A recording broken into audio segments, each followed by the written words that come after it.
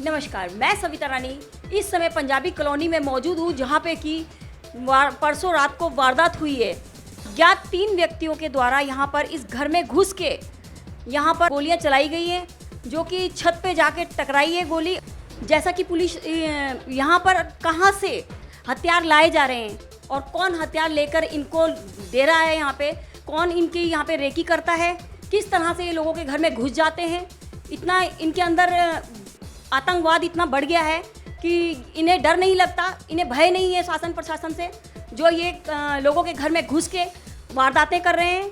जल्द से जल्द इन लोगों को पकड़ा जाना चाहिए और इनके खिलाफ सख्त से सख्त कार्रवाई होनी चाहिए और जो भी सीमाएं हैं हमारी उनको और सशक्त करा जाए और उस पर कड़ी से कड़ी निगरानी रखी जाए इस बात की कि कोई भी अज्ञात यहाँ पर आतंकवादी बनकर ना आए।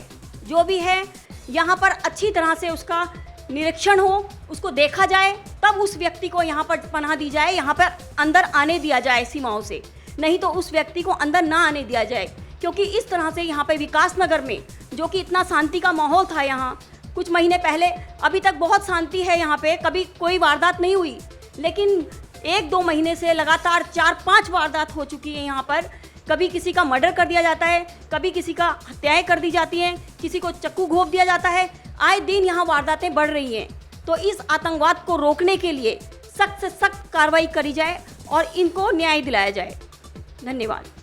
विकास नगर में बढ़ती अपराध की घटना के चलते बीती रात पंजाबी कॉलोनी में शिवनाथ सहगल के घर 3 अज्ञात अपराधी बंदूक लिए घुसे।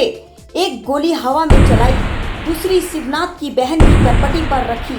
जैसे ही चलाने लगे गोली हाथापाई हुई तथा गोली शिवनाथ की बहन को छू कर निकल गई। वहीं शिवनाथ के द्वारा शोर मचाने पर आसपास के पड़ोसी खड़े हो गए और वह आ गए। अपराधी भाग निकले, जिनका अभी तक कुछ पता नहीं है। आखिर सवाल यह उठता है कि यह बंदूक अपराधियों के पास आई कहां से और इन अपराधियों का कितना बड़ा गिरोह है। यह काफ़ी चिंताजनक विषय है। जूते चप्पल का था, पास पिस्टल या जो भी था, तीनों के पास पिस्टल है। ताकि कितने बजे की घटना है ये लगभग? ये लगभग 12:15 बजे की, 12:15 के आसपास। उसके बाद आपको कैसे सूचना दी? आपने कहाँ पे सूचना दी जब आपके साथ हादसा ये भी था? जैसे ही ये सब हुआ सीधा मैंने कॉल किया थाने में, तो थाना अध्यक्ष अभिवेश जी अपनी टीम के साथ 15 से 16 मिनट में पहुँचे। कॉल में चौकी इंचार्ज भी थे, सब टीम आई थी। भागे कहाँ से सहगल जी हो? क्या आप हमें दिखाएंगे मौखिक? यही वो जगह है जहां पर तीसरा अपराधी रेकी करने के लिए बैठा हुआ था बंदूक तानकर।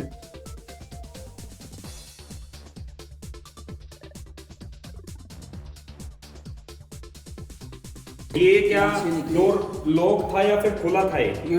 ठीक है। और 2 एंटर हो गए थे। छोटी बच्ची हमारी डोर लॉक करने आई थी क्योंकि वो पढ़ रही थी। जब वो डोर लॉक करने आई तो उसने देखा कोई 2 लड़के अंदर आ रहे हैं और वो सीधा चलते चले गए मम्मी के कमरे में, मम्मी के सिस्टर के, और वहाँ जाके इन्होंने वारदात को अंजाम दिया। जैसे ही हल्ला हुआ मुझे पता चला, उन्होंने बहुत फाइट बैक। मैं बाहर निकला, मैंने देखा उस साइड, मैंने देखा दरवाज़ा खुला, मेरी नज़र गई यहाँ पर एक व्यक्ति है। उसे देखते ही उसके हाथ में बंदूक थी। मैंने दरवाज़ा बंद करा और बैट निकाला, बहुत तेज शोर किया, थाने में फ़ोन किया, मोहल्ला भी इकट्ठा हो गया, लोग भी आ गए, पुलिस भी आ गई और वो यहाँ से चला गया। लगभग 30 से 40 सेकंड या 1 मिनट बाद में चला गया। उसके बाद जो हमने CCTV फुटेज में आगे की खबर के लिए जुड़े रहिए हमारे साथ। निकले यहाँ उस रात बस खड़ी हुई थी। बस की आड़ में जो है वो लोग, उन्होंने दीवार फांदी, निकले। 2 लड़के इस साइड निकल गए राइट की तरफ और जो लास्ट तीसरा वाला था जो सीढ़ियों के नीचे था वो 3 मिनट बाद लगभग निकला। उसके बाद वो घर की तरफ जो CCTV फुटेज में कैच हुआ।